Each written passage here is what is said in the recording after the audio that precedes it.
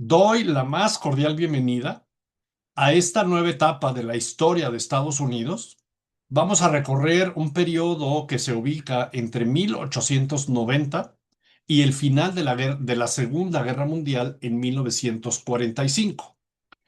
Le pude poner al curso Historia de Estados Unidos en en la primera mitad del siglo XX, pero es importante que nos vayamos a la última década del siglo XIX, porque allí es donde va a empezar esta etapa en donde Estados Unidos va a empezar a tener una participación en la geopolítica mundial determinante.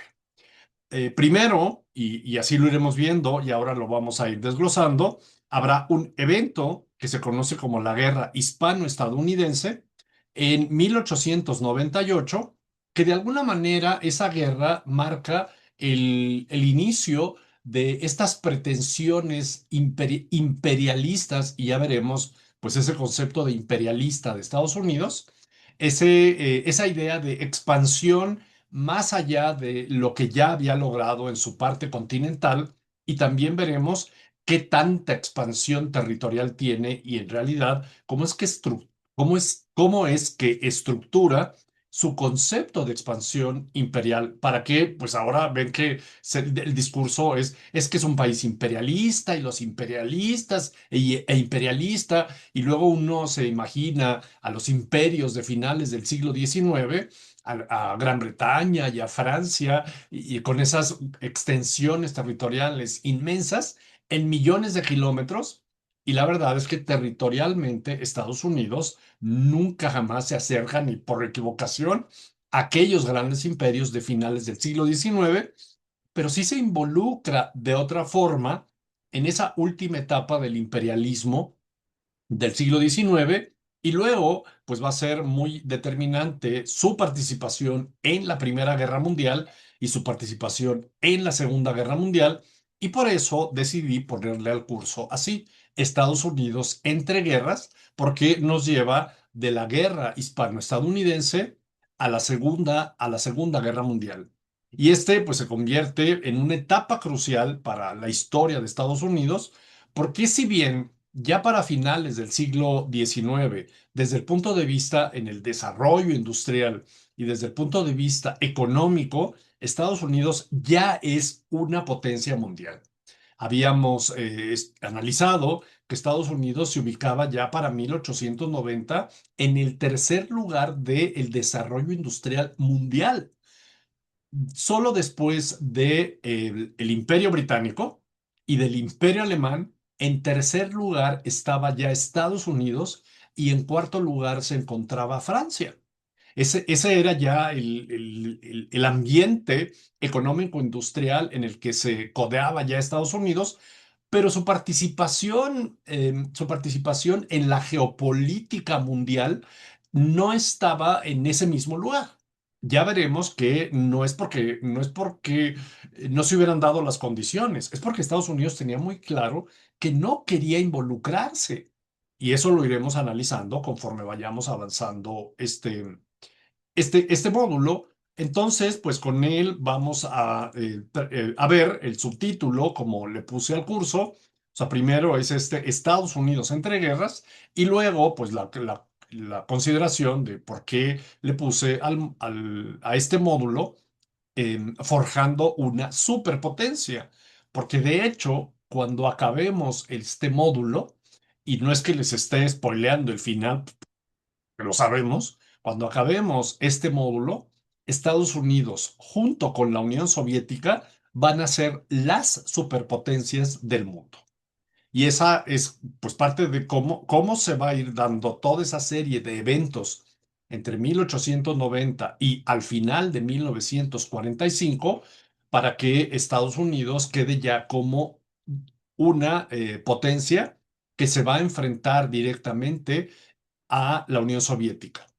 Y lo interesante aquí es que ya conocemos incluso lo que pasó después de ese periodo de la Guerra Fría, en donde la URSS desapareció y evidentemente Estados Unidos se quedó como la única potencia mundial.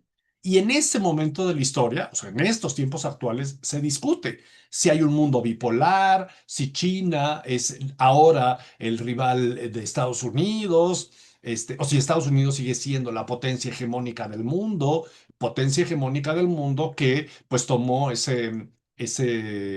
podríamos decir, ese título desde 1991, cuando desapareció la URSS. Y entonces, en esta reflexión, o más bien en este ya conocer el futuro, por así decirlo, pues sabemos que se forjó una superpotencia que al día de hoy sigue siendo una superpotencia. Ya más adelante en los módulos discutiremos si sigue siendo la superpotencia o qué pasa. El caso es que, como les decía, entre 1890 y 1945, Estados Unidos pasó de ser una nación en expansión desde el punto de vista de la geopolítica, en la cuestión económica, ya lo comenté, e industrial, ya era una potencia, a consolidarse ya como una potencia mundial en todos los aspectos. Sin duda, em, sin la participación de Estados Unidos en la Primera Guerra Mundial, eh, el desenlace se puede especular qué hubiera pasado. O sea, el desenlace de la Primera Guerra Mundial es determinante la participación de Estados Unidos. Y luego también, y sin duda, es determinante la participación de Estados Unidos en la Segunda Guerra Mundial. Y entonces, pues allí entra de lleno, como les digo, en esa geopolítica. Es un periodo marcado por el inicio de su imperialismo, porque ahí le puse del imperialismo, pero en realidad el concepto de imperialismo surgió prácticamente desde el transcurso del siglo XIX para los territorios europeos. Es un curso en donde tendremos que estar entrelazando lo que está ocurriendo en el mundo porque ya no es algo que esté únicamente sucediéndole a Estados Unidos. Por ejemplo, cuando vimos en el módulo anterior la guerra con México, pues era un evento que estaba ocurriendo, podríamos decir, en la parte continental, sino más bien ya cómo se involucra en estos conceptos del imperialismo y cómo también va a ser determinante en el orden mundial. Desde la guerra contra España, la que ya les platicaba justo al inicio de la sesión, hasta la Segunda Guerra Mundial, cada decisión redefinió su papel global. La crisis provocada por la Gran Depresión, que será también un tema que evidentemente veremos, a partir de 1929, determinó, pues evidentemente, el futuro de Estados Unidos, pero esta depresión va a tener consecuencias mundiales.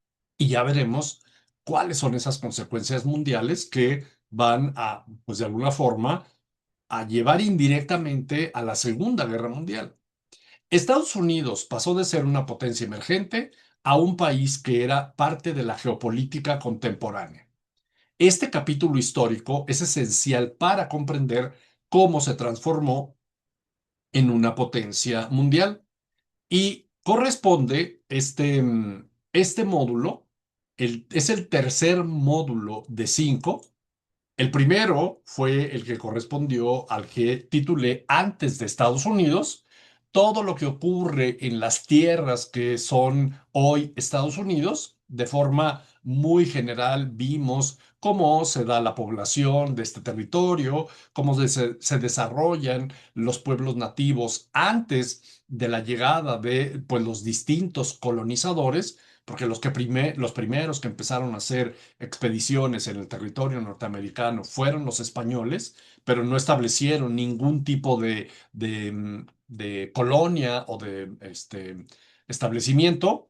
Luego, los franceses también hicieron incursiones en la parte del norte y luego mucho tuvieron que ver en algunos territorios que fueron este, pues dominados por los franceses en todo lo que lleva el Mississippi. Y definitivamente, bueno, antes de llegar a definitivamente, los holandeses también estuvieron allí y definitivamente los ingleses, la formación de las 13 colonias y luego, de alguna forma, en la segunda parte de ese módulo, nos enfocamos más a cómo fueron evolucionando las 13 colonias, porque a la postre son las que se convertirán en Estados Unidos. Y eso correspondió al módulo 2 en donde comenzamos desde la declaración, bueno, desde los previos que llevaron a la Declaración de Independencia, la Declaración de Independencia, la Guerra de Independencia y luego este primer momento en donde Estados Unidos, ya independiente, tuvo que reestructurarse para poder fortalecerse como una entidad federal. Redacta la Constitución de 1787, la cual, pues de alguna manera, cimentó la cuestión política y la estructura de luego lo que va a ser este país y cómo fueron paulatinamente, pues creciendo primero la venta de Luisiana en 1803 y luego cómo empieza todos los estudios hacia la parte oriental, cuando viene la anexión de Texas a México, perdón, la anexión de Texas a Estados Unidos, y luego la guerra con México, que termina pues México perdiendo una extensión territorial bastante importante en 1848, y conforme iba creciendo Estados Unidos hacia la costa del Pacífico, se iba acrecentando un conflicto que no se resolvió desde el principio y ese conflicto tenía que ver con los estados que tenían una estructura socioeconómica esclavista y los que no lo tenían, y los que tenían esa estructura esclavista estaban al sur de Virginia hacia la frontera con México, hacia la costa del Atlántico, y los estados que no tenían esas posturas esclavistas, pues eran los que iban creciendo industrialmente mucho más. Pero conforme se fueron expandiendo, empezaron a entrar en conflictos de si un estado que se integraba era esclavista o no. Y el caso es que llegamos a la guerra civil y de allí pues nos fuimos extendiendo y un poco hoy retomaremos, un poco nada más como para tomarlo como referencia, como después de la guerra civil se da el proyecto de reconstrucción y pues llegamos a ese 1890 en donde pues están ya convertidos en una gran potencia. Esta parte de 1865 a 1890 será como nuestro punto de partida en la sesión de hoy y quedan por delante dos módulos, el que corresponde a Estados Unidos en la segunda mitad del siglo XX. ¿Qué ocurre en la Guerra Fría? ¿Cuándo cae la Unión Soviética? ¿Cuándo estamos llegando al fin del siglo XX? Esos 50 años son los que corresponden al cuarto módulo y el quinto módulo es lo que ocurre en el siglo XXI. Si bien le puse historia contemporánea de Estados Unidos, pues también se podría llamar historia de Estados Unidos en el siglo XXI. Esa es la estructura general de estos 5 módulos que tiene el curso de Estados Unidos y entramos de lleno pues a esta parte de la historia de Estados Unidos. Es una historia controvertida. Les proyecto aquí, no los voy a leer, los tienen ustedes en su presentación, pero les proyecto cuando se hizo alguna promoción para presentar este módulo en otro horario, pues hubo muchos comentarios al respecto de la idea que se tiene de Estados Unidos cómo se convirtió en una potencia intervencionista e hipócrita, escudado en la democracia a modo de la oligarquía que no toma en cuenta sus propios habitantes. Apestan. O sea, a eso voy estos que les pongo son comentarios que ponían en esa publicación. Y pues evidentemente es controvertido, hay una postura a veces muy clara de estar completamente en contra de Estados Unidos, pero luego, como yo lo he pensado, aquí aplica como si fuera un partido de fútbol. O sea, si tienes un enemigo, si vas a confrontar a alguien o si vas a opinar sobre algo, pues debes conocer sobre lo que vas a opinar. Es como si fueras a un partido de fútbol y no investigaste y no estudiaste a tu contrincante. Y entonces te enfrentas ante él solamente porque le quieres ganar, pero no sabes cómo juega, quién juega aquí, quién juega allá. La verdad es que estás destinado a que decir, perdiste el juego y entonces, no, es que inventas cualquier tipo de excusas y sigues sin entender por qué te ganó. Puedes seguir diciendo que lo odias y que no puedes y que es lo peor del universo. Pues bueno, ahí cada quien ya plantea su postura. Una de las controversias es que, o de las controversias, o de las animadversiones para Estados Unidos, es que pues nos tocó vivir en la época en la que domina Estados Unidos. Y entonces, pues el actuar de los imperios es así. O sea, ¿ustedes creen que el Imperio Romano le dijo a los galos, cuando Julio César llevó a sus legiones y entonces les dijo, oigan, voy a hacer una reunión, ay, por favor, no falten.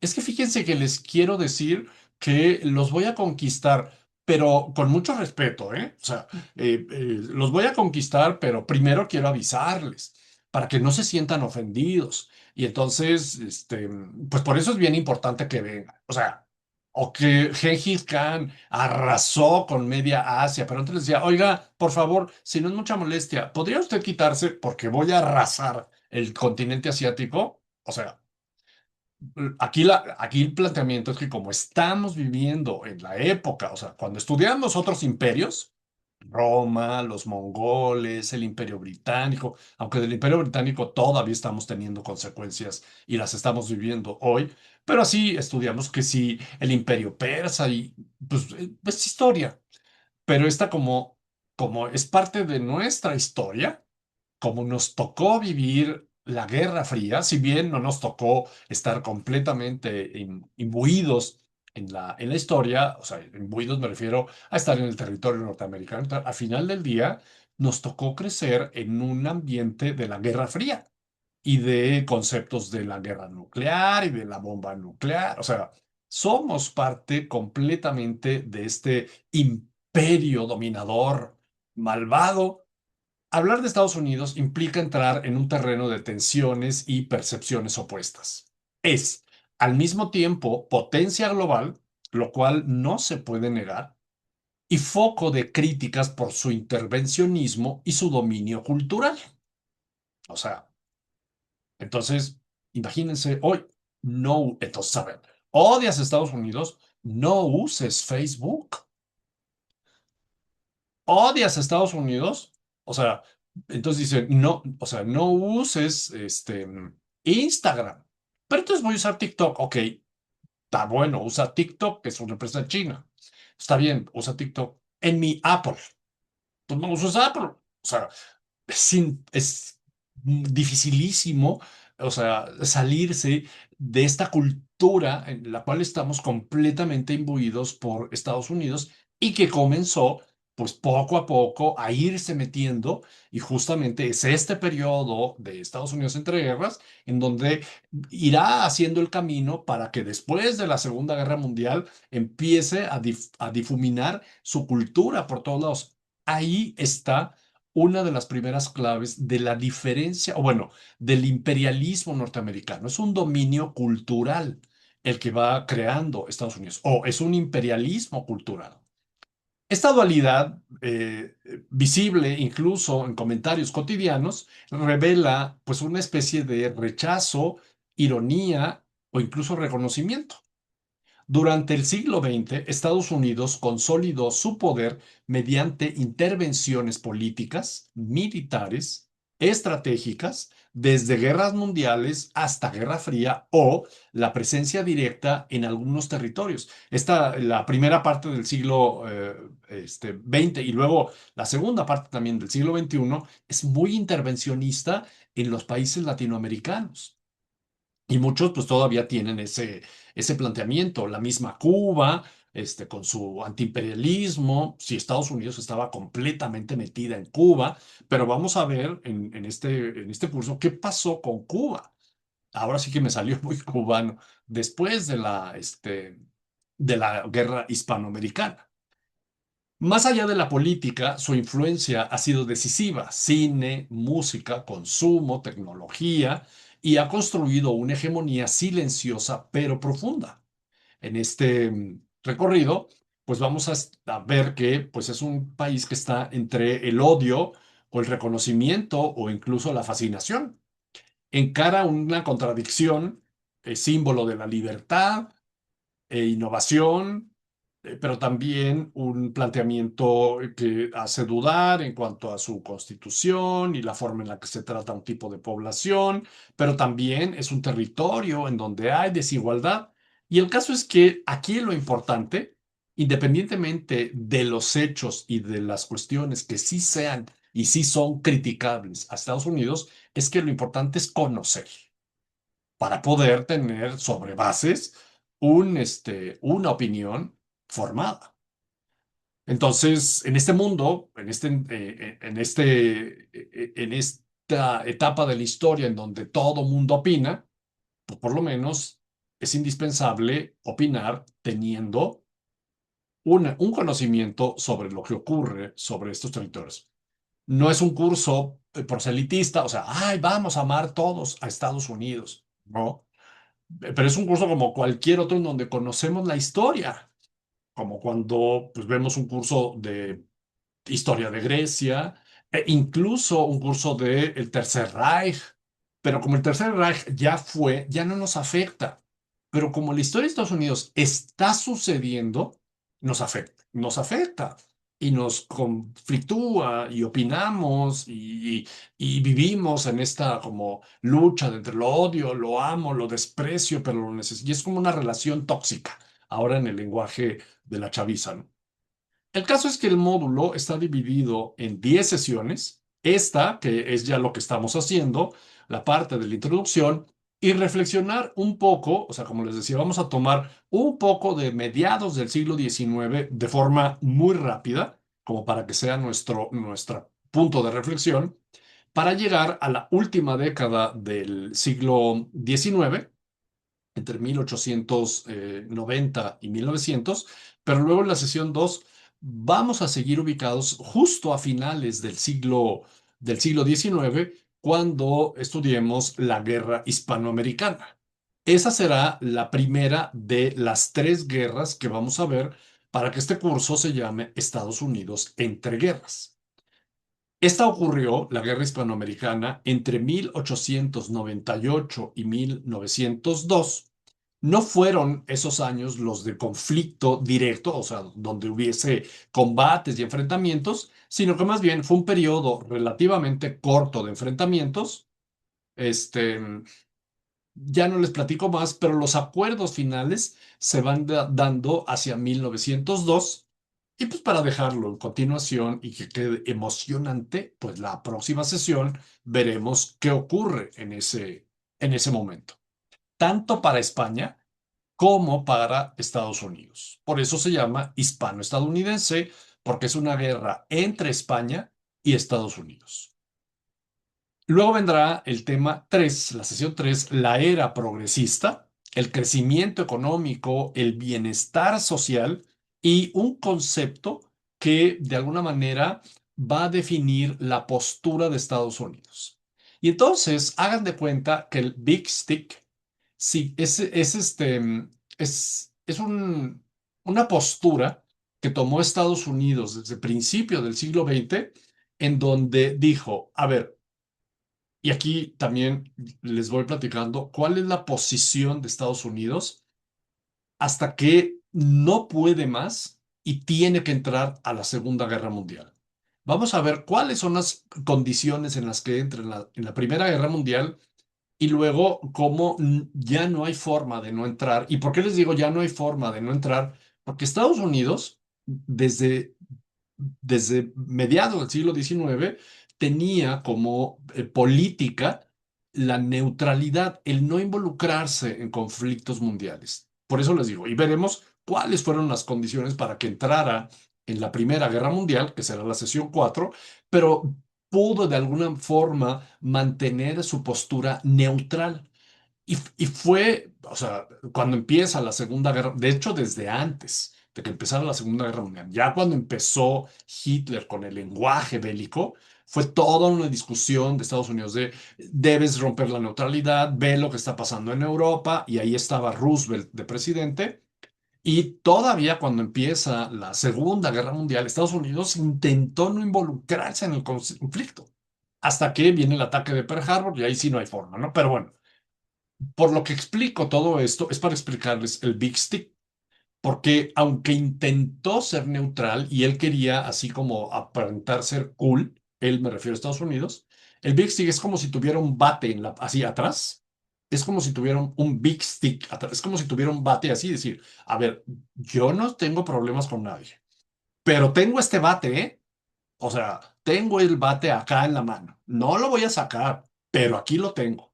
Y esto se empieza a dar desde principios del siglo XX. O sea, se va a involucrar ya definitivamente en la geopolítica del mundo hasta 1941, pero desde principio sí lo tiene su gran bate atrás, su big stick.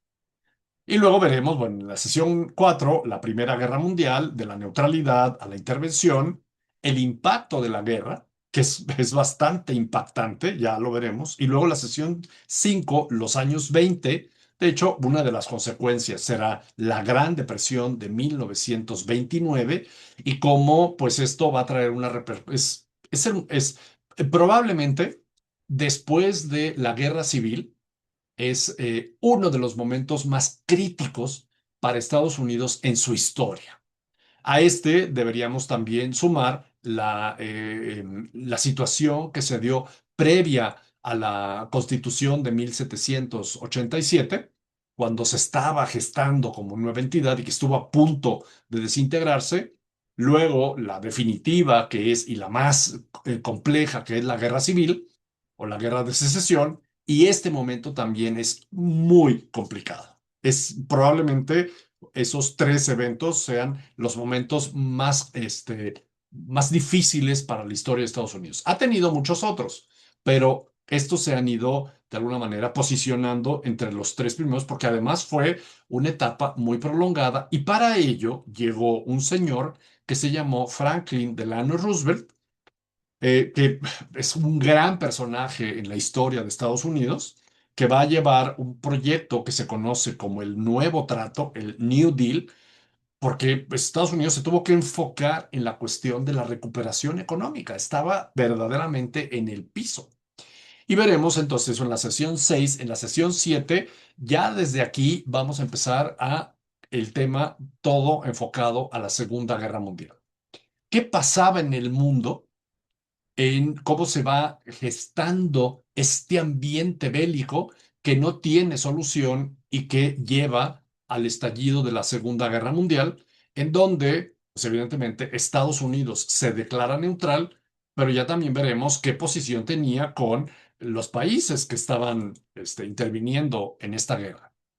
Luego, ya cuando está de lleno la Segunda Guerra Mundial, que empieza el 1 de septiembre de 1939, cuáles son las condiciones de la Segunda Guerra, no vamos a ver de profundidad la Segunda Guerra Mundial, sí tendré que hacer un panorama de la estructura general de la Segunda Guerra, pero ¿cómo le estaba viendo Estados Unidos desde fuera? Otra vez neutral ante la guerra.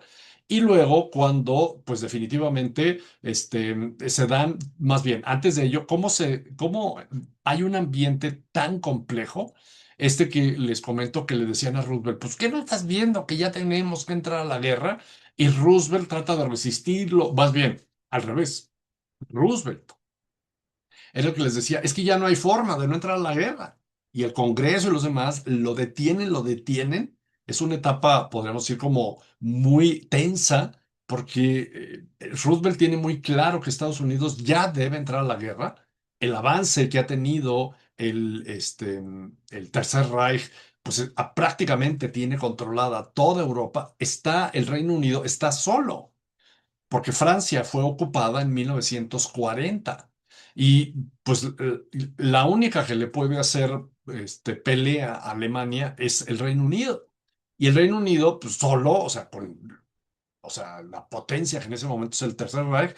El caso es que allí veremos este momento tan tenso para el mundo hasta que definitivamente, por eso las fechas se repiten, ¿eh? Por eso 1939, de hecho aquí debería decir a 41, porque es ese mismo periodo lo que está pasando en la Segunda Guerra Mundial y luego en la sesión 9, este momento tan tenso hasta que definitivamente venga el ataque a Pearl Harbor y no haya forma de ya no involucrarse en la guerra, porque uno pensaría, bueno, pero es que le declaró la guerra a Japón y el ataque fue de Japón, que tuvo que ir a meterse al frente europeo. Pero lo que pasó es que al momento, bueno, como estaba el eje Berlín-Roma-Tokio, en el momento en el que Estados Unidos le declaró la guerra a Japón, después del ataque a Pearl Harbor el 7 de diciembre de 1941, automáticamente Alemania e Italia le declararon la guerra a Estados Unidos. Y entonces allí quedó pues involucrado de lleno en esas dos guerras. Una bibliografía que les dejo para que puedan pues complementar todo lo que vamos viendo y luego pues esta primera sesión, que de hecho ya llevamos bastante avanzado, ¿no? Toda esta parte de la introducción, que es a donde ya he estado haciendo la parte introductoria, y luego cómo vamos a ver de la guerra de secesión a cuando ya está convertida en una gran potencia industrial y económica, y repasar, o más bien, y entonces empezar ya a ubicarnos en la última década del siglo XIX, el paso hacia el imperialismo. ¿Qué eventos están ocurriendo? Y luego esos los vamos a complementar con lo que veamos en la sesión 2 para llegar a la guerra hispanoamericana. Y entonces la sesión 2 ya la vamos a terminar en 1902, cuando Estados Unidos ya está completamente involucrado en este discurso imperialista del mundo, que probablemente era lo que le faltaba, ¿no? O sea, ya estaba en las grandes ligas de la industria y de la economía, pero todavía le faltaba involucrarse en la geopolítica y en estas fórmulas imperialistas que eran pues la estructura geopolítica del mundo a finales del siglo XIX. Y entonces Estados Unidos dijo, no, pues yo quiero estar en las grandes ligas y voy a meterme también en eso del imperialismo. Y téngales que le ha funcionado durante bastante tiempo. Así vamos reflexionando sobre este interesantísimo periodo de la historia de Estados Unidos. La conversión de Estados Unidos en una potencia mundial fue un proceso multifacético porque fue en lo industrial, en lo económico, en lo social, en lo político, que se fue gestando en el transcurrir del siglo XIX. Durante ese siglo, la nación consolidó su territorio, o sea, lo consolidó del verbo tomar, conquistar todo el territorio, desde la costa del Atlántico hasta la costa del Pacífico, haya sido como haya sido. O sea, aquí ya no vamos a ponernos a discutir que si robó y que si el territorio de México y que si, etcétera. No, o sea, aquí ya vamos a dar por un hecho que para 1890 Estados Unidos ya tenía todo el territorio que hoy es Estados Unidos en la parte continental. Incluso ya había comprado Alaska y entonces empezó ya a de alguna manera, esta idea del imperialismo. La década de 1890 conectó los eventos fundacionales, o sea, todo este proceso evolutivo del siglo XIX, la guerra civil, la reconstrucción, que fue pues la etapa en donde pues el sur había quedado devastado, y también pues empezar a prepararse para la llegada del siglo XX. Este proceso configuró los cimientos de la futura hegemonía mundial, destacando su capacidad para intervenir en asuntos internacionales, que como les decía, si Estados Unidos no hubiera intervenido en la Primera Guerra Mundial y si Estados Unidos no hubiera intervenido en la Segunda Guerra Mundial, o sea, aparece allí siempre el cuestionamiento, ¿qué habría pasado? Bueno, miren, no solo, o sea, sí, ¿qué hubiera pasado? Pero la otra es, para la Segunda Guerra Mundial, Estados Unidos se involucró en dos frentes. En el frente del Pacífico contra Japón, un frente que es complicadísimo, porque es un frente en donde todo se hizo en un mar gigantesco. O sea, no era como en la parte o sea, no es que sea fácil, pero en la parte europea, o sea, en la parte europea van avanzando en un territorio. O sea, en el Pacífico, en 1942, ya cuando está en la guerra, no hay radares, no existían.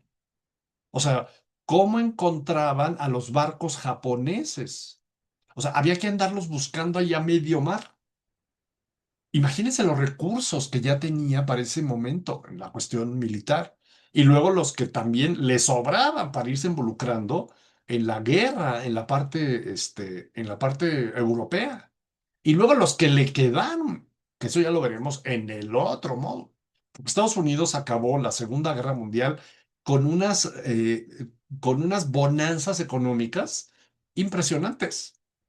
Pues sí, ¿qué quieren que yo les diga? O sea, a mí de verdad, a mí no me echen la culpa. O sea, yo simplemente les estoy platicando la historia. O sea, ¿a qué me refiero? O sea, yo no fui el que le dije a Roosevelt, oye, Roosevelt, ande así, y mira, Roosevelt, yo no le dije nada. O sea, por eso les digo, a mí no me echen la culpa. O sea, yo simplemente, pues ahora estudié lo que ha pasado, pero yo no fui y le dije.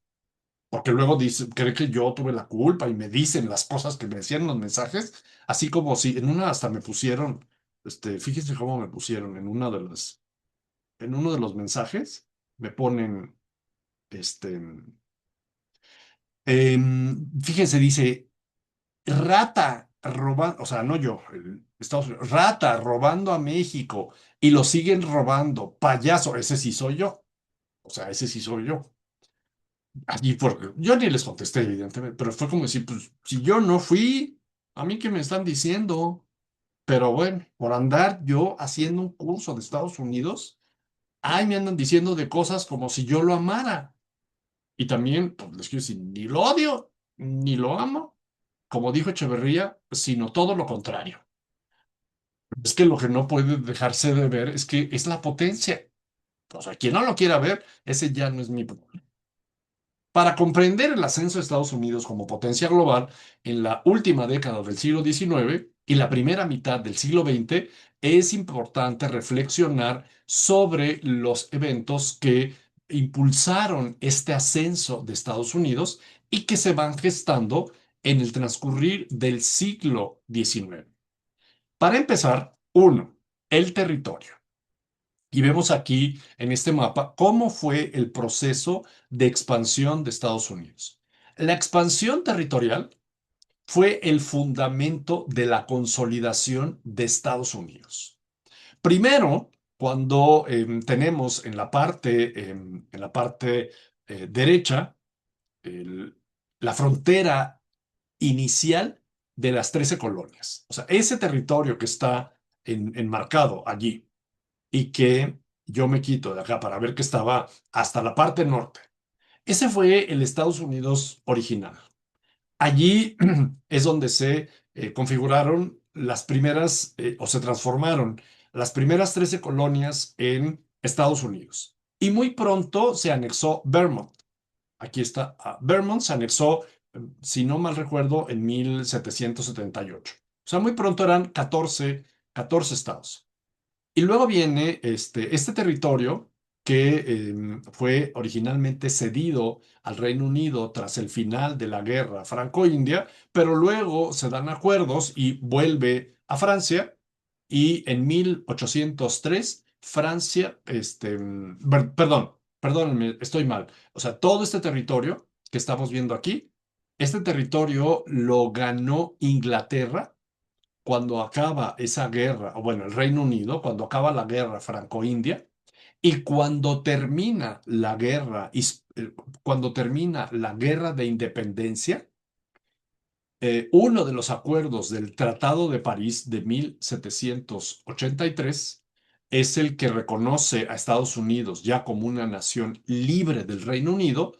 Uno de los acuerdos es que el Reino Unido cedía todo este territorio, o sea, todo este territorio. Y entonces, para 1783, para cuando termina la guerra de independencia, Estados Unidos ya llega hasta las fronteras de Luisiana.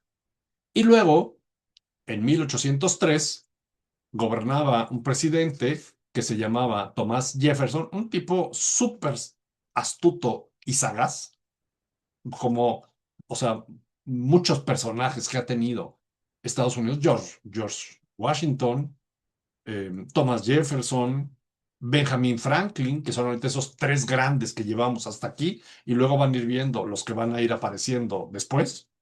El caso es que este señor Thomas Jefferson quería comprar Nueva Orleans y manda a unos muchachos a que negocien con Napoleón, porque en ese momento Napoleón ya era el cónsul de Francia, estaba a punto de convertirse en emperador, a Napoleón lo coronan en 1804, y como Napoleón había perdido ya el interés por ese territorio, porque él había querido configurar un imperio en América, pero Haití era una pieza muy importante para establecer como un puente, y Haití resultó que se independizó, eso nada tuvo que ver Estados Unidos. Pero ya cuando esto pasó y luego ya en Europa, completamente enfrentados, todas las monarquías europeas para derrocar a Napoleón, no le interesó el territorio y le dijo a estos muchachos que fueron mandados por Jefferson, mira, no solo te vendo Nueva Orleans, te vendo todo. Y los otros se quedaron así, ¿todo? Sí, todo, ya, todo. Y en cuanto, no, pues que 15 millones. Órale, pues déjame, pedimos un préstamo y se los prestan los bancos ingleses y compran todo ese territorio. Luego viene primero la guerra entre Texas y México.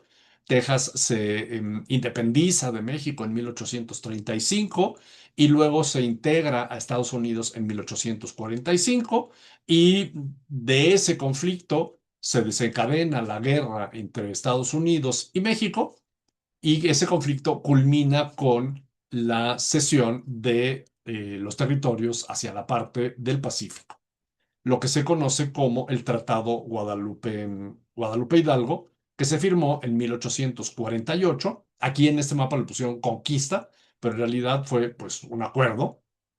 O sea, bueno, lo que pasa es que ya no podemos involucrarnos en toda esta parte. Y luego viene también, mientras está ocurriendo la guerra con México, hace un acuerdo con Gran Bretaña en los territorios que están al norte del territorio de la Alta California, el que le ganó a México, y ahí se hace también la adjudicación de el territorio de Oregon, que luego se convirtió en tres estados.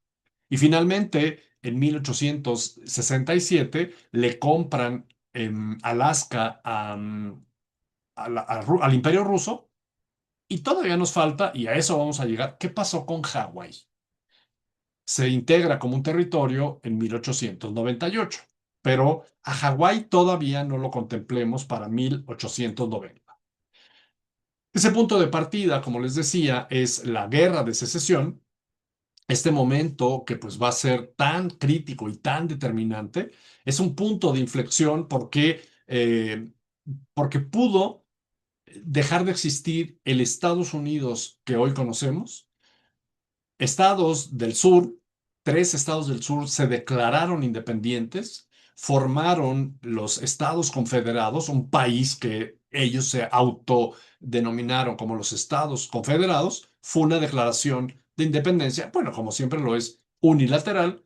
Comienza la guerra de secesión. El presidente en turno es Abraham Lincoln y ante una postura completamente abolicionista por parte de Abraham Lincoln y ante ese temor de estas acciones contra esa estructura esclavista en el sur de Estados Unidos, hagan de cuenta en el sur oriental, pues entonces empieza la declaración de secesión de varios países, se desencadena la guerra de secesión, una guerra costosísima en bajas estadounidenses. Es la guerra más sangrienta de todas las que ni juntando todas las guerras en las que ha intervenido Estados Unidos después de la guerra de secesión hasta la de hoy, suman la cantidad de bajas que hubo en la guerra de secesión. Costosísima en bajas humanas y costosísima porque prácticamente el sur quedó arrasado y porque tuvo que desarrollarse un programa de reconstrucción que culminó hasta 1877 con una sensación pues un poco como de, incluso tan, Ay, perdón, que me perdí. O sea, incluso tan enojados quedaron ese sentimiento de ataque de los del sur por los del norte, pues allí es cuando va a surgir pues un personaje súper enojado y es el que asesina a Abraham Lincoln cuando ya se había reelegido en 1864 y entonces toda esta reconstrucción se da pues en un momento crítico. Y a ello se va a unir un proceso de migración que va a ir de la par del desarrollo industrial. La guerra civil de alguna manera potenció esta necesidad de producción. El norte, que ya había comenzado a tener un gran desarrollo industrial desde mediados del siglo XIX, comienza con toda la construcción de ferrocarriles hacia la parte del oriente. Los recursos para el acero, para el petróleo, están al interior del territorio, lo cual hace mucho más eficiente la producción industrial y esto pues hace que muchos europeos de pues, territorios que están en crisis, por ejemplo los irlandeses, en una etapa en donde Irlanda intentó y no independizarse de la Gran Bretaña. eh, Llegará un momento muy crítico allá por 1920, Irlanda, y lo pongo Irlanda porque los irlandeses, los alemanes, que también, pues todos los que no empezaron a estar de alguna forma de acuerdo en cómo las estructuras de Guillermo II, el que va a llevar a la Primera Guerra Mundial, pues también hay alemanes. Italia estaba súper mal. A finales del siglo XIX, pues todavía estaban, de alguna forma, configurando la unificación de Italia. Y el sur de Italia era una pobreza. O sea, desde 1840, o vamos a ponerle 1871, que es cuando Italia ya consolida su unificación, aunque se reconoce la unificación de Italia desde 1861, todavía hubo territorios, entre ellos Roma y la sede papal, y el sur, hagan de cuenta que estaba olvidado. Comienza un desarrollo industrial en la parte norte, en Milán, en Turín, pero de Nápoles para abajo, hagan de cuenta que era otro país. Y entonces muchos italianos migraron, muchos judíos del Imperio Ruso, que también es una época en la que se hacen unos progromos que son estas como redadas a los judíos dolorosísima. Entonces, muchos judíos llegaron también a los territorios que estaban en bonanza. Y esto va a generar, por un lado, una mano de obra muy barata, lo cual es muy conveniente para un desarrollo industrial, porque de alguna manera, si ya se están gestando conflictos de obreros al interior de Estados Unidos, pues esta mano de obra barata que viene a lo que le pagues, pues también provocó que tenga ese crecimiento y ello va a estar enfocado en comunicar al país con ferrocarriles. El ferrocarril, una creencia del avance constante de la humanidad hacia el futuro, una, mejor a través de la ciencia, la tecnología, la innovación. En Estados Unidos, esta idea se ligó estrechamente al destino manifiesto. El ferrocarril va a ser pues uno de los instrumentos que más van a ayudar a que se pueda conectar el territorio y que todo empiece a ser mucho más eficiente, mucho más productivo también, porque muchos recursos los traían del centro de los territorios del centro de Estados Unidos, muchos recursos minerales, naturales, para todo lo que tenía que ver con el desarrollo industrial, y el ferrocarril va a ser fundamental y luego también fundamental para el flujo comercial al interior del territorio. Porque empieza también a existir un mercado interno y entre más crece el ferrocarril, más se va desarrollando económicamente Estados Unidos. Fue como algo muy claro que tuvo Estados Unidos desde 1820 y conectó a regiones remotas del país. El ferrocarril transcontinental, el que conectó la costa del Pacífico con la costa del Atlántico, se culminó en 1869 Y pues esto evidentemente dañó a los pueblos nativos y catalizó la expansión económica y social y a la par pues se fueron dando grandes inventos. El telégrafo, que ayudó a la comunicación, el teléfono, que también pues empezó a usarse de forma comercial, la bombilla eléctrica, pero la parte más importante, o sea, aunque la bombilla eléctrica siempre se ha ponderado como un gran avance, lo verdaderamente importante es la generación de electricidad para uso industrial y luego se convertirá también para uso doméstico, para que se pueda vender. O sea, la electricidad, lo comenté, la electricidad se conoce desde las épocas de los griegos presocráticos. O sea, estoy hablando que el concepto y el efecto de la electricidad se conoce desde el 800 antes de Cristo. Aquí el chiste es que sea comercial.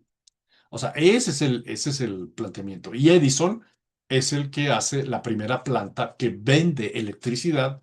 Y esto, por supuesto, que cambia todo el devenir del mundo. Por eso siempre se gesta como esta lucha, ¿no? Es que el primero que desarrolló la corriente alterna era Tesla con la pila, pero la pila no producía esa cantidad de watts que se requerían para que fuera comercial. Y allí, pues Estados Unidos es el gran comercializador de la electricidad. No es el inventor, pero sí es el que inventa vender la electricidad. ¿Qué sería el mundo hoy sin electricidad? O sea, pues prácticamente no sería nada. Vamos a hacer una pausa en esta diapositiva y esta que es muy triste y volvemos en 5 minutos.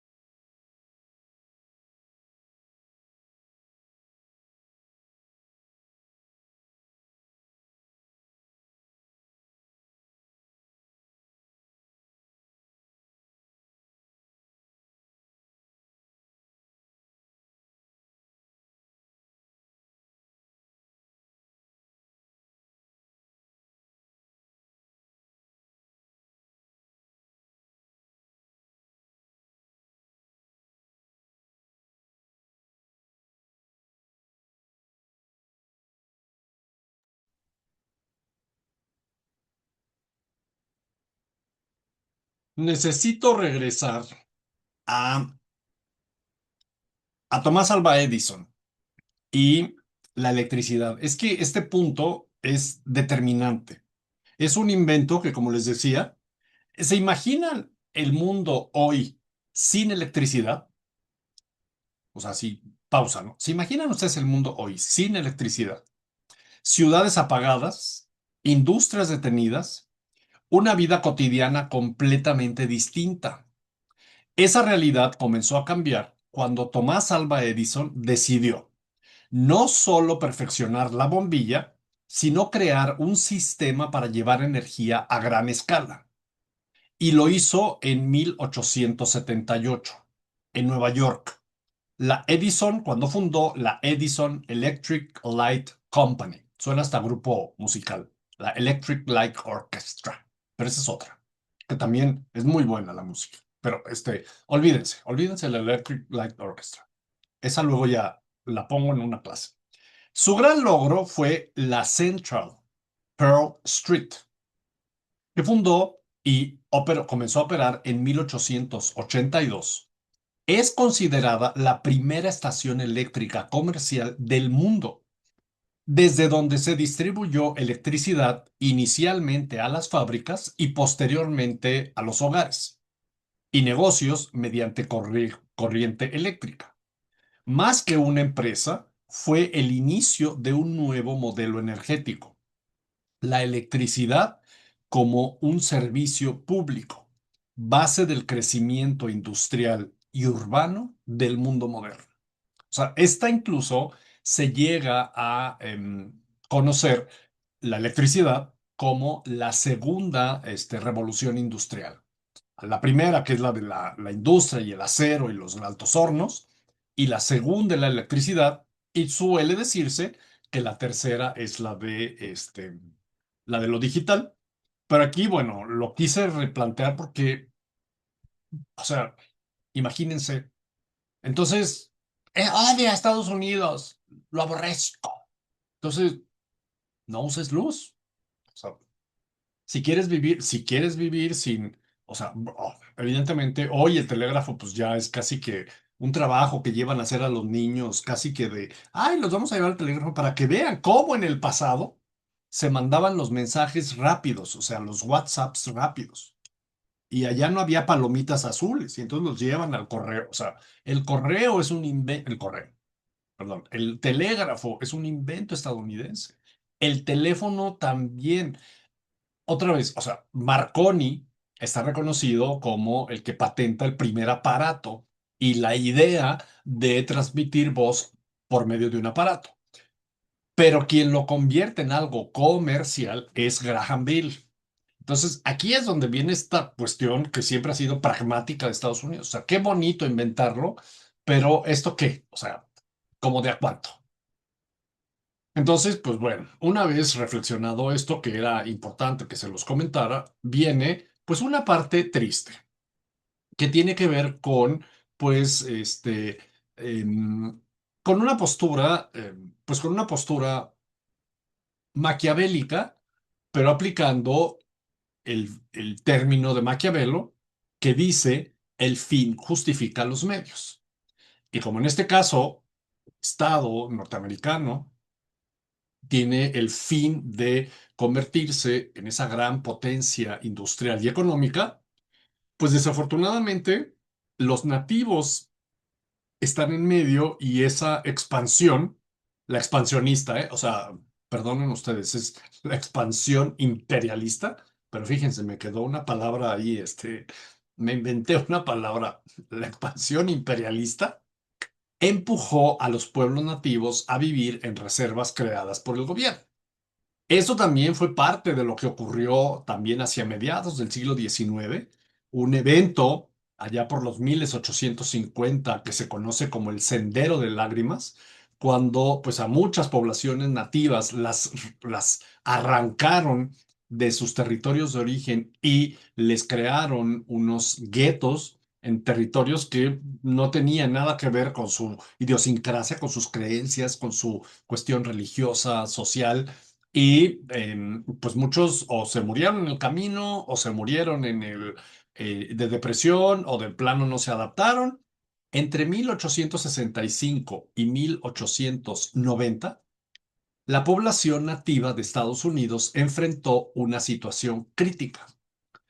Paréntesis. Y en los últimos años, Estados Unidos ha, pues de alguna manera, reconocido y ha pedido perdón y se han hecho, pues se han tomado acciones para, pues de alguna forma, este, hacer ver que son conscientes de lo que en aquel entonces se hizo y de, pues tomar también o darle este respeto a los pueblos originarios, a poblaciones que todavía hoy existen, a los pueblos que lograron sobrevivir y entonces pues darles toda esa dignidad, pero pues un poco como que lo hecho pues ya se hizo, pero es parte de esos grandes peros que tiene la historia de Estados Unidos.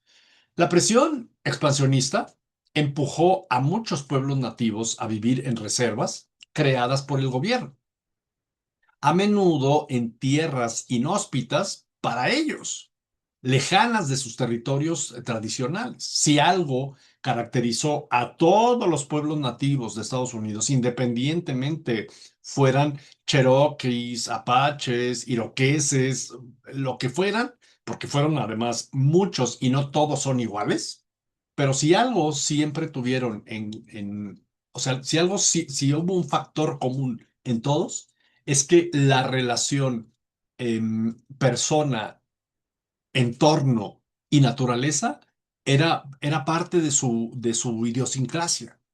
Los que vivían pegados a los mares, los que vivían pegados al río, los que vivían en las montañas, las actividades que se desarrollaban dependiendo las condiciones en donde vivían, todos, todos tuvieron esa conexión de forma muy fuerte con la naturaleza y con su territorio. Y evidentemente, como les decía, cuando los arrancan, pues estos nativos, pues de verdad sobreviven de milagro. Algunos han logrado sobrevivir en sus territorios originales o lo más cercanos que se pueda. Algunas de las principales reservas incluyeron la de los Sioux en Dakota del Sur, los Cherokees en Oklahoma, los Navajos en Arizona y Nuevo México. Sin embargo, muchos grupos como los apaches o los comanches en el suroeste continuaron resistiendo y luchando por su libertad fuera de reservas. El avance de los colonos, el ferrocarril, fragmentó sus hábitats, destruyó sus recursos vitales, incluso los bisontes, pues que era para muchos su fuente de vida. En ese contexto, los nativos no gozaban de derechos constitucionales sino hasta 1924, que lo veremos en ese momento. Fue hasta 1924 cuando se aprueba la Indian Citizen Act, que se les otorgó entonces la ciudadanía estadounidense. Insisto, tanto el esclavismo como el trato que se da a los nativos, evidentemente es un tema que va a vivir o sea, con Estados Unidos para siempre. O sea, por más que luego, ya cuando llegamos allá a 1964, primero que se dé la decimotercera enmienda con la abolición de la esclavitud en 1865, y luego cuando más adelante se lleven a cabo las leyes de 1964, cuando se prohíbe cualquier acto, de segregación, o sea, pues sabemos que la relación entre la población afroamericana y la anglo-descendiente sigue siendo una herida que está abierta en Estados Unidos y la verdad es que pues no se ve que se cierran. Luego, más adelante en los otros módulos veremos pues los diferentes momentos que viven primero antes de esas leyes que ya prohíben definitivamente la segregación y luego más adelante lo que ocurre en la época de Barack Obama cuando aparece este movimiento del Black Lives Matter. O sea, les estoy hablando del 2010, del 2015, cuando surge este movimiento de Black Lives Matter. O sea, háganme, o sea, imagínense. Bueno, Y por otro lado, o sea, está esta parte de los pueblos nativos. El caso es que son estas cuestiones que, pues evidentemente, uno no puede dejar de ser crítico en la forma en la que Estados Unidos se ha ido desarrollando. Pondera, como les decía, el fin justifica los medios.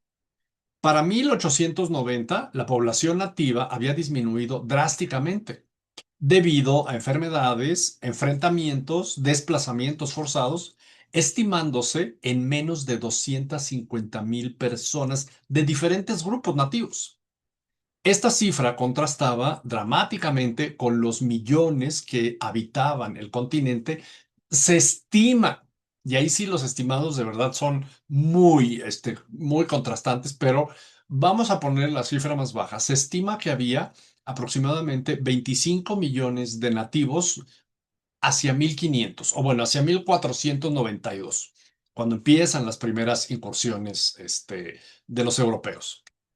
Entonces, evidentemente, imagínense, en una postura anti Estados Unidos, no, pues es que acabaron con la población nativa. Pues sí. O sea, ¿cómo se refuta ese argumento? Por otro lado, está este mito de el oeste.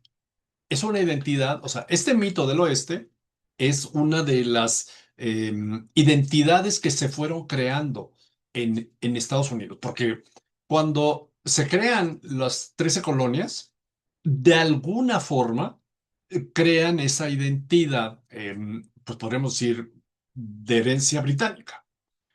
Pero conforme se va extendiendo el territorio hacia la parte occidental, hacia la costa del Pacífico, pues llega un momento en el que pues, ese Wild West no comparte pues esta identidad de origen británico. Entonces, pues surge un poco entre creado y entre intuitivamente esa identidad de el Wild West y el vaquero. Tras la guerra civil, la expansión hacia el oeste transformó el paisaje y la cultura de Estados Unidos.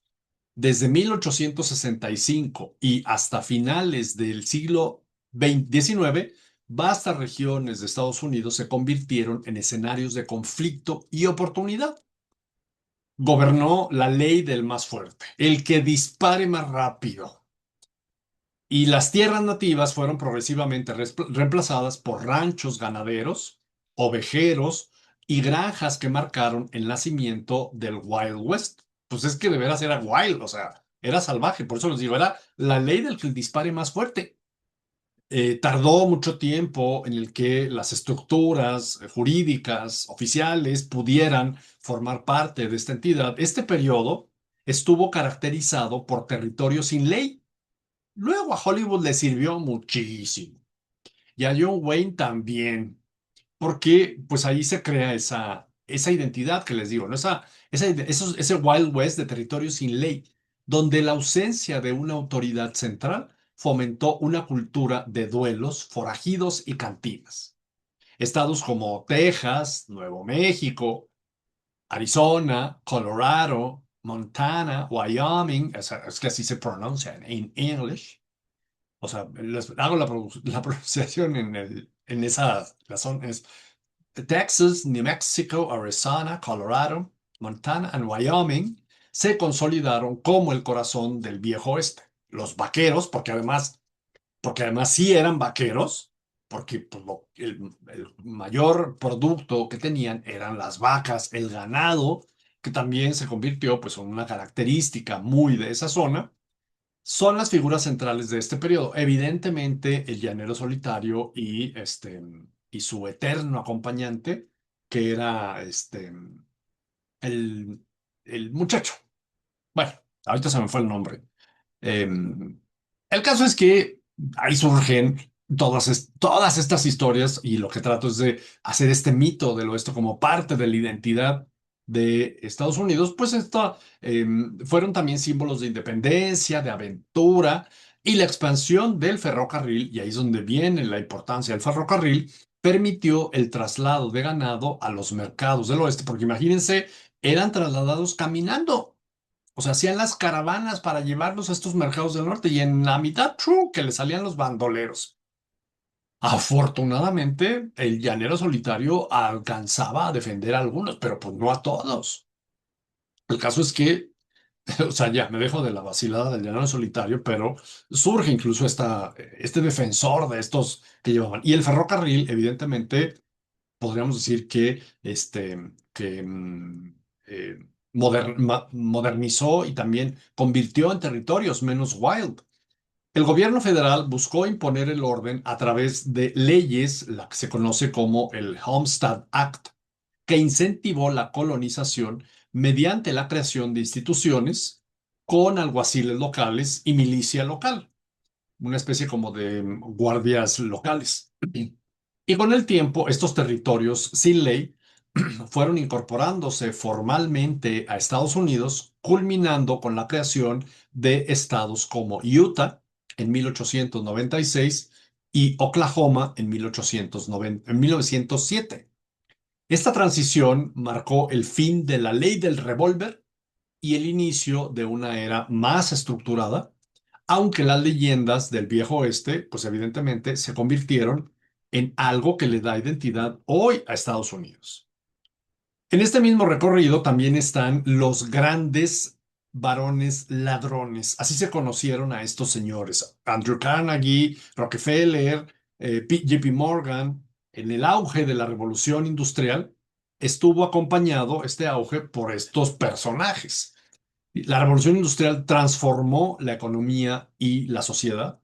Aparecen estos grandes magnates como Rockefeller, Carnegie, JP Morgan, que impulsaron el petróleo, el acero, el ferrocarril, las finanzas. Su poder generó tensiones, surgieron sindicatos frente a los monopolios, se da una etapa de un gobierno federal muy laxo, involucrado en componendas, en acuerdos, y es una etapa en donde quienes verdaderamente, podría decirse, gobernaron Estados Unidos fueron estos, así se les llamaba, varones ladrones, con unas fortunas verdaderamente impresionantes. Llamábamos a esta etapa, a finales del siglo XIX, como la Gilded Age, la edad chapada en oro, porque, pues por un lado estaban estos grandes empresarios con unas riquezas que hoy podrían de alguna forma compararse con estas grandes riquezas que tienen estos grandes jeques árabes, pero por otro lado, con una población obrera en unas condiciones muy deprimentes y luego con una población afroamericana que si bien ya está abolida la esclavitud, pero las condiciones de trabajo, o sea, pues no hay igualdad en ese punto. En esta condición, pues vamos a ver cómo se empieza a ir Estados Unidos hacia la última década del siglo XIX, que liga pues con todo esto que veníamos observando. Al final o al finalizar el siglo XIX, Estados Unidos se había consolidado como una potencia política, territorial y económica. Había expandido sus fronteras de costa a costa, había construido una economía industrial robusta, demostrando su influencia en el escenario internacional. Sin embargo, este ascenso contrastaba con estas desigualdades de las cuales ya les comentaba. La población afroamericana enfrentaba discriminación alarmante, la población de nativos americanos, pues ya platiqué lo que pasaba con estas comunidades. Los inmigrantes, si bien eran europeos y tenían las características fenotípicas que de alguna manera hacía que se diera esa segregación a la población afroamericana y nativa, no, estaban también perfectamente identificados. Muy güeritos serían los irlandeses y muy güeritos serían los alemanes, pero esos inmigrantes eran otra clase social. Y pues paulatinamente todo esto se tendrá que ir también, se tendrá que ir pues trabajando. Había escuelas para inmigrantes, o sea, no había. una comunión entre las diferentes estructuras sociales y raciales que había en Estados Unidos. Así era. Entonces, en este planteamiento, estos diferentes grupos vivían relegados en reservas, en guetos, en barrios, que luego se van convirtiendo en barrios muy pintorescos para las películas de Hollywood, porque entonces ya ven que John Travolta, en Fiebre de Sábado por la Noche, vivía en el barrio italiano y entonces la mamá era italiana y así, o sea, se vuelve también parte pues de esa identidad multicultural que tiene Estados Unidos. Este contexto de desigualdad sería el telón de fondo para el inicio del periodo imperialista. Un imperialismo que, a diferencia del europeo, buscaba principalmente el dominio comercial. O sea, estos recursos que tiene el territorio de Estados Unidos, y lo digo en presente, hicieron la gran diferencia. O sea, es una serie se combinan varias circunstancias. O sea, este origen de ser unas colonias que se desarrollaron de forma independiente, que desde el principio crearon sistemas de gobierno semidemocrático, porque aunque hubo gobernadores en la época colonial y hubo un tiempo en donde esos gobernadores eran dictados por la corona en Inglaterra, los colonos debían aceptar esos gobernadores. Y los gobernadores prácticamente se convertían en embajador gestores o informadores para tener informada a la corona de lo que ocurría en las colonias. Pero las decisiones se hacían desde las primeras comunidades de control. Se me fue ahorita el nombre de vamos a decirle asambleas. No me acuerdo si se llamaban asambleas coloniales, pero esas surgieron casi que desde que pusieron un pie en los territorios norteamericanos. Se crearon esas asambleas y eran asambleas representativas. O sea, no, o sea, no aplicaron o no pusieron en práctica las ideas de los estados liberales en donde se deben transformar en entidades democráticas participativas, sino que desde que pusieron un pie en los territorios del norte de hoy de América, comenzaron a vivir así. Y luego viene esta creencia en donde, pues así está planteado, el destino manifiesto les da derecho a la expansión. Se da esta independencia y se da también el desarrollo de instituciones educativas exentas de la estructura colonial, como pasa con las universidades en la Nueva España. Y bueno, en la Nueva España también hubo un gran desarrollo intelectual, pero había una directriz ideológica, religiosa, muy, muy clara. Grandes universidades, pero en Estados Unidos, pues siempre también tuvieron, bueno, en Estados Unidos no, en las colonias, esta estructura libre y se gestaron unas mentes brillantísimas. Pues lo que ocurrió con estos padres de la independencia, con Jefferson, con Washington, con Adams, con Benjamin Franklin. O sea, un montón de grandes mentes que de verdad, pues eso tuvo que ver con cómo se formaron las colonias y luego qué sistemas educativos se hicieron en las colonias, porque para llegar a esa claridad mental de la guerra de independencia, es que lo hicieron unos ideólogos y unos personajes que tenían una conciencia de lo que era un Estado muy claro. Y luego, y a lo que iba, o sea, a lo que iba es que se van dando esta serie de circunstancias en la vida, que luego viene esta expansión territorial y resulta que el territorio que se va expandiendo tiene muchísimos recursos: oro, plata, bronce, y ahí sí no aplica lo de la piña. O sea, no, ahí yo sí no quiero oro ni quiero plata. O sea, sí quiero oro y sí quiero plata, y yo lo que quiero sí es romper la piñata para ver qué trae adentro. Y pues resulta que también se dan estas circunstancias y al interior de su territorio hay unos recursos fantásticos. lo cual hace muy eficiente, como les decía, el desarrollo industrial, porque, por ejemplo, los ingleses había que traerlos desde la India y los norteamericanos los traían del centro de Estados Unidos para llevarlos a las fábricas de, mm, de los estados del, nor, del nororiente de Estados Unidos, Nueva York, Nueva Jersey, Pensilvania, o sea, todos esos estados que eran súper industriosos. Esa también, o sea, ¿qué hacemos ante esa condición? O sea, decirles, ay, es que ustedes, o sea, pues es que ahí estaban, ¿no? Y luego, o sea, era un poco a esta postura que yo, o sea, se dan esa serie de circunstancias y de condiciones, pues para que lleguemos a este final del siglo XIX, en donde Estados Unidos, pues fue capitalizando todas esas circunstancias de la vida. De verdad, ha tenido, pues, unos personajes con una claridad de lo que es ser un jefe de Estado muy, muy evidente. Y desde el principio pues han entendido lo que es configurar una entidad política, no es adaptarla. O sea, ellos fueron los primeros que declararon la independencia en el mundo. Ninguna otra entidad se había declarado independiente de qué.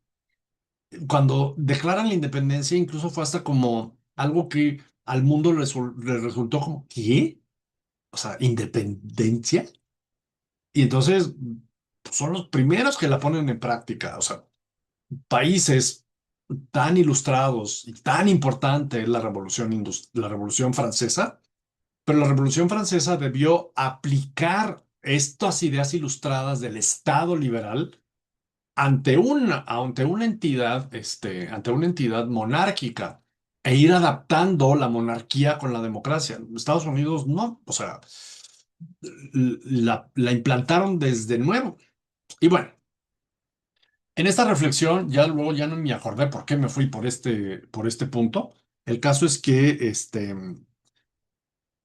ya me acordé, porque venía, porque al final les decía, y entonces entran a esta etapa del imperialismo, que a diferencia del europeo, buscaban un dominio comercial, porque de ahí surgió todo este recorrido, porque los recursos los tenían allí. Entonces lo que ellos tenían era producto, y lo que querían era venderlo. O sea, no querían ir a conquistar tierras porque pues, no necesitaban. Además de que ya todas estaban conquistadas. O sea, para ese momento del mundo todo estaba conquistado. Me voy un poco adelantando a lo que va a ser la próxima sesión. Entonces Estados Unidos le dijo a España, oye, véndeme estas islitas que están aquí. Porque al cabo están bien, bien chiquitas, ni sin chiste. Véndemelas. Y España le dijo, no, es que son mis últimos territorios de ultramar. Y bueno. Ya van a ver la próxima sesión, entonces, no, como dicen en las telenovelas, si no es por las buenas, será por las malas. El caso es que en este planteamiento, pues hay una política y un movimiento obrero, es también un periodo en donde entre 1885 y 1901 fue clave para el movimiento obrero organizado, destacando los King of Labor con 700,000 afiliados.